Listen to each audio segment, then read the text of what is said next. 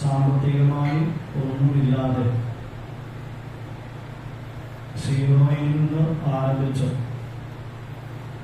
ഒരു വർഷം കഴിയുന്നതിന് മുമ്പ് തന്നെ ഈ ദേവാലയത്തിൻ്റെ പണി പൂർത്തിയാകാൻ കഴിഞ്ഞിട്ടുണ്ടെങ്കിൽ തമ്പുരാന്റെ ഇടപെടൽ തന്നെയാണ്. ഇതെങ്ങനെ ചെയ്യാൻ പറ്റുമെന്നായിരുന്നു കമ്മിറ്റി അംഗങ്ങളുടെയും ഈ പ്രദേശത്തുള്ള നാട്ടുകാരുടെയും ചോദ്യം. തുടങ്ങുക, ദൈവം പൂർത്തീകരിക്കും. ദൈവത്തിൻ്റെ കരവേല പൂർണ്ണമായിട്ട് ഈ ദേവാലയ നിർമ്മാണത്തിൽ ഉണ്ടായിരുന്നു എന്ന് പൂർണ്ണമായി വിശ്വസിക്കുന്നു. അങ്ങനെയെങ്കിൽ സർവശക്തനായ ദൈവത്തിന് നന്ദി അർപ്പിച്ചുകൊണ്ട് നമുക്ക് എഴുന്നേറ്റ് നിന്ന് സ്തോത്രഗീതം പാടാം.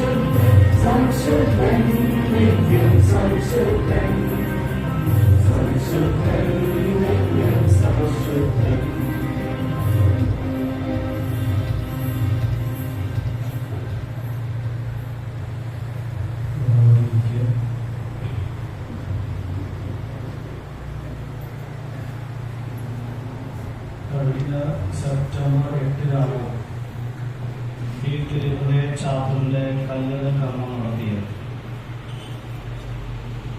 അതിന് ഒരു മാസം മുൻപാണ് കമ്മിറ്റി അംഗങ്ങളെ വിളിച്ചുകൂട്ടി ഈ ദേവാലയം ഒന്ന്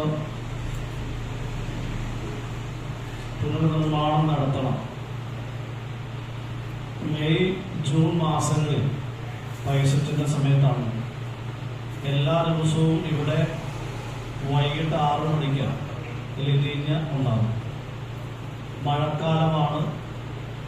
ആ ദേവാലയത്തിന് ചോർച്ചയും ഏതാണ്ട് 80 വർഷത്തെ പഴക്കമുള്ള ഈ ദേവാലയം ഈ പ്രദേശത്തെ മനുഷ്യരുടെ വിശ്വാസ രൂപീകരണത്തിന് സഹായകമായി ഉണ്ടായിരുന്നു.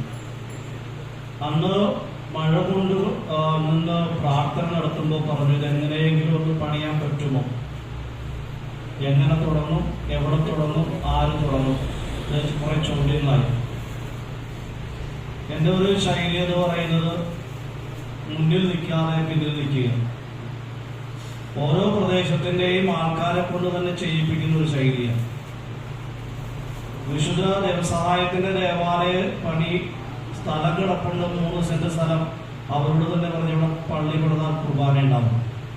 അവർ തന്നെ മനോഹരമായ ദേവാലയം രൂപപ്പെടുത്തി.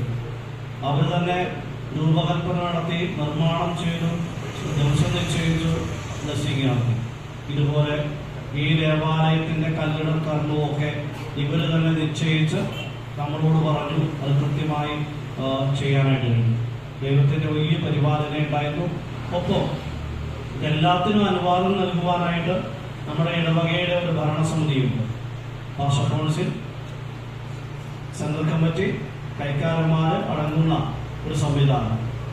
അവരോടൊക്കെ ഇത് പറഞ്ഞു കഴിഞ്ഞപ്പോൾ കുഴപ്പമില്ല, അവർ ചെയ്യട്ടെ എന്നുള്ള അനുവാദം ആദ്യ മീറ്റിങ്ങുകളിൽ പാസ്റ്റർ കൗൺസിൽ സെക്രട്ടറി കാളിപ്പറമ്പിൽ ബാബുശേഖരനും കൈക്കാരന്മാരും ഒക്കെ സന്നിഹിതരായി.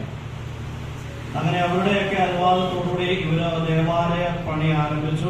വളരെ ഭംഗിയായിട്ട് ഇന്ന് ദൈവത്തിന് ഇത് ഈ ദേവാലയം സമർപ്പിക്കുമ്പോൾ ദൈവത്തിന്റെ പരിപാലനയൊക്കെ ഈ പ്രദേശത്തുള്ള ജനങ്ങൾ തിരിച്ചറിയുന്നുണ്ട്.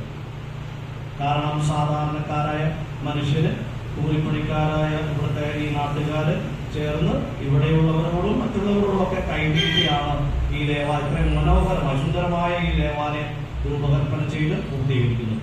ഇതിന് നേതൃത്വം കൊടുത്ത എല്ലാ കമ്മിറ്റി അംഗങ്ങളെയും ആ കമ്മിറ്റി അംഗങ്ങളെ നയിച്ചു കൊണ്ടുപോയ നമ്മുടെ വലിയ പറമ്പിൽ ജോസഫ് ഏടൻ, എല്ലാവരുടെയും പേരിൽ ഇവിടെ ഇരിക്കുന്ന എല്ലാവരുടെയും പേരിൽ ഒത്തിരി സ്നേഹത്തോടുകൂടി നന്ദി അർപ്പിക്കുന്നു. നിങ്ങളുടെ കഠിനാധ്വാനങ്ങളും നിങ്ങളുടെ പ്രയത്നങ്ങളും നിങ്ങളുടെ സ്വപ്നങ്ങളും ഒക്കെ കാണുന്നുണ്ടായിരുന്നു, പ്രാർത്ഥനയായി ഉണ്ടായിരുന്നു.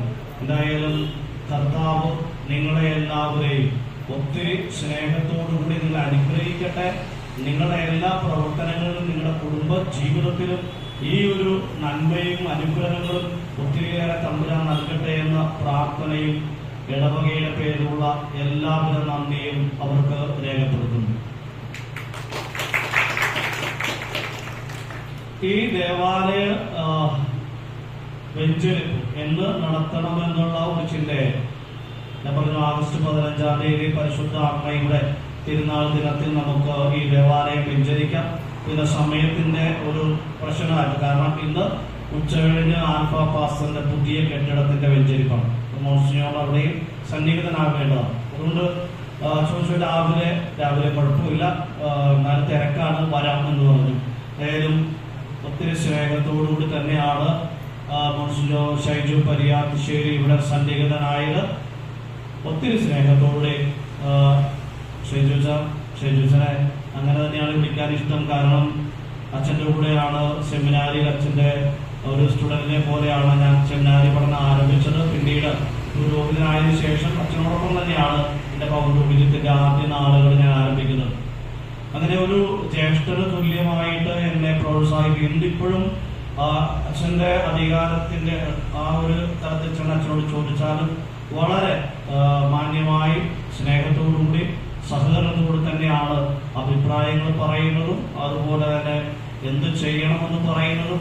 ഇന്ന് ഈ വലിയ അനുഗ്രഹദായകമായ ഈ സുദിനം ഏറ്റവും ഞങ്ങൾക്ക് സന്തോഷപ്രദമാക്കുവാനായിട്ട് അച്ഛൻ്റെ സാന്നിധ്യം വളരെയേറെ സന്തോഷകരമായിട്ടുള്ള ഇവിടുത്തെ കമ്മിറ്റി അംഗങ്ങളുടെയും ഇടവകയുടെയും ഈ പ്രദേശത്തുള്ള സാധാരണ മനുഷ്യരായ എല്ലാവരുടെയും പേരിൽ ഒത്തിരി സ്നേഹത്തോടുകൂടി മോൺസിഞ്ഞോർ ഷൈജു പരിയാത്തിശ്ശേരി അച്ഛന് ഹൃദയപൂർവ്വം നന്ദി അർപ്പിക്കുന്നു. നമുക്കറിയാം, പൈസച്ചന്റെ പ്രസംഗത്തിൽ ഇവിടെ എല്ലാ ദിവസവും കുർബാന വേണമെന്ന് അവർക്ക് ആഗ്രഹമില്ല. അച്ഛൻ എങ്ങനെ തുടങ്ങിയോ അങ്ങനെ തന്നെയാണ് ഇതുവരെ നിലകൊള്ളുന്നത്. വർഷത്തിലൊരു കുർബാനയും 2 മാസം പരിശുദ്ധ കന്യകാമറിയത്തോടും ഈശോയുടെ തിരുഹൃദയത്തോടുമുള്ള വണക്കമാസത്തോടുകൂടിയാണ് ഇവിടെ വളരെ ഭംഗിയായിട്ട് ഒരുമിച്ച് കൂടി പ്രാർത്ഥനകൾ നടത്തുന്നത്.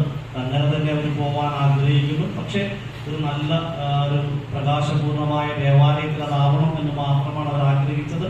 എന്തായാലും ഇതിന്റെയൊക്കെ പിന്നിൽ ഈ 2.5 സെന്റ് സ്ഥലവും ഈ പഴയ ജീർണിച്ചു നിന്ന ഒരു ദേവാലയം പള്ളിയുടെ പേരിലേക്ക് ആക്കുവാനായിട്ട് ഇവിടുത്തെ കമ്മിറ്റി അംഗങ്ങളുമായി തീരുമാനിച്ച് വിശ്വസോസിന്റെ അനുവാദത്തോടുകൂടി അത് ഇടവകയുടെ ഒരു ഭാഗമാക്കി മാറ്റിയത് പൈസച്ചനാണ്. അതുകൊണ്ട് തന്നെ പൈസച്ചൻ ഇന്നത്തെ ഈ പുതിയ ദേവാലയത്തിലെ ആദ്യ വിശുദ്ധ ബലി മധ്യേ ഈശോയുടെ വചനം വ്യാഖ്യാനിക്കണമെന്ന ഒരു ആഗ്രഹം ഇവിടെയുള്ളവർക്കുണ്ടായിരുന്നു.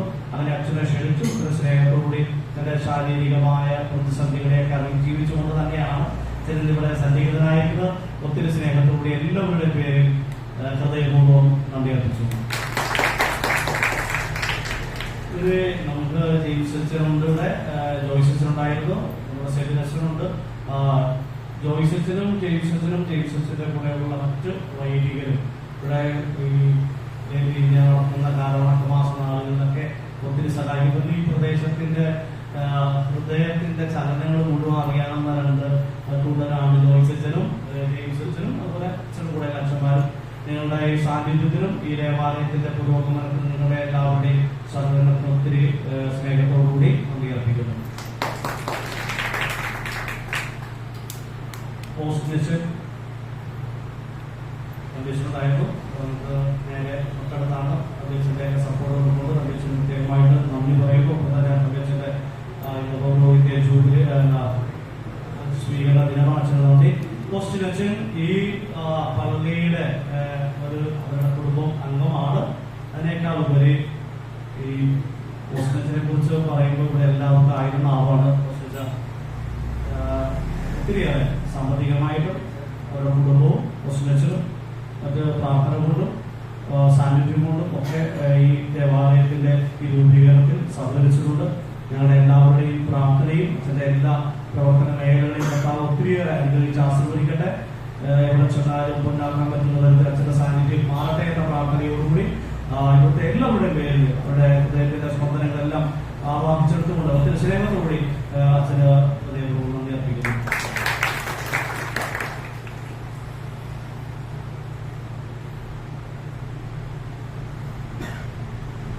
ഈ പേരുകളെല്ലാം വായിച്ചു കഴിഞ്ഞാൽ കുറേയധികം സമയമെടുക്കും. കാരണം 1-2 പേരെ മാത്രം ഞാൻ പേര് പറഞ്ഞിട്ട് ബാക്കി എല്ലാവർക്കും, കാരണം പറഞ്ഞാൽ തീരില്ല. നിങ്ങൾ ഒരിക്കലും സങ്കടപ്പെടരുത്, കാരണം പേര് പറഞ്ഞില്ല എന്നുള്ളത്. എല്ലാവരുടെയും പേര് ഞാൻ ആദ്യം തന്നെ ഇങ്ങനെ വായിച്ച് മനപ്പാടാക്കുമായിരുന്നു. കാരണം അറിയാമോ, വിട്ടുപോയ പണി. അപ്പൊ അതുകൊണ്ട് 2 പേര് മാത്രമേ ഞാൻ പറയുന്നുള്ളൂ. ബാക്കി എല്ലാവരുടെയും പേരുകൾ എന്റെ മനസ്സിലുണ്ട്. കർത്താവിന്റെ ഈ ആദ്യ അൾത്താരെ ഇന്ന് പുതിയ ഈ അൾത്താരെയും ഞാൻ അതിനോട് ചേർത്ത് വെച്ച് തന്നെയാണ് നന്ദി പറയുന്നത്. ആ 2 പേരൊന്ന് നമ്മുടെ ഈ ദേവാലയത്തിന് രൂപകൽപ്പന നൽകിയ എഞ്ചിനീയർ ബഹുമാനായ കുരിശിക്കൽ ജോഷി ലോറൻസ്, രണ്ടാമത്തത് ഈ ദേവാലയം പണിതീർത്ത നമ്മുടെ പ്രിയപ്പെട്ട കൂട്ടുകാർ ആന്റണി. ഇവർക്ക് 2 പേർക്കും ഇവിടുത്തെ കമ്മിറ്റി അംഗങ്ങളുടെയും എല്ലാവരുടെയും പേരിലുള്ള സ്നേഹപൂർവകമായ നന്ദിയും പ്രാർത്ഥനയും നേരുന്നു. നമ്മുടെ കാർമിച്ചേട്ടനും താരഭാരന്മാർക്കും സിസ്റ്റേഴ്സിനും നിങ്ങൾക്ക് എല്ലാവർക്കും ഇവിടെ ചെറിയ ഒന്ന് അടിച്ചു തൂർന്നവർ തൊട്ട് ഇതിൻ്റെ എല്ലാ കാര്യങ്ങളിലും പങ്കെടുത്ത എല്ലാ ചേട്ടന്മാർക്കും ചേച്ചിമാർക്കും സഹോദരങ്ങൾക്കും സഹോദരിമാർക്കും കുഞ്ഞച്ചന്മാർക്കും അനുജത്തിമാർക്കും അപ്പച്ചന്മാർക്കും അമ്മച്ചിമാർക്കും ഇതിന് സാമ്പത്തികമായി സഹായം നൽകിയവർക്കും നമ്മുടെ പാട്ടുകാർക്കും കപ്പ്യാർക്കാക്കി ചേട്ടനും കൈക്കാരന്മാർക്കും ഈ പ്രദേശത്ത് ഇത് ഭക്ഷണം ഇന്നതിന് ശേഷം സുന്ദരമായ സ്വാദിഷ്ടമായ ഭക്ഷണം എല്ലാവർക്കും ഒരുക്കും. അതെല്ലാവരും ഭക്ഷിച്ചിട്ടേ പോകാവുള്ളൂ. അപ്പോൾ ഇതിനെല്ലാം സാമ്പത്തികമായിട്ടും ശാരീരികമായിട്ടും ഒക്കെ സഹകരിച്ച എല്ലാവരെയും ഈശോയുടെ ആൾക്കാരെയും ചേർത്ത് വെച്ച് ആരെയും പേര് വിട്ടുപോയി എന്ന് പറഞ്ഞ് ഒരിക്കലും അസൂയപ്പെടേണ്ട, സങ്കടപ്പെടേണ്ട, സ്നേഹത്തോടുകൂടി പറഞ്ഞാൽ തീരില്ല. അത്രയും പേരുണ്ട്. എല്ലാവരുടെയും പേര് കർത്താവിന്റെ ഹൃദയത്തിലേക്ക് എടുത്തു വെച്ചുകൊണ്ട് സ്നേഹപൂർവ്വം ഒത്തിരി നന്ദിയോടുകൂടി തന്നെ നിങ്ങൾക്ക് എല്ലാവർക്കും കൈകൂപ്പുകളോടുകൂടി നന്ദി അർപ്പിക്കുന്നു.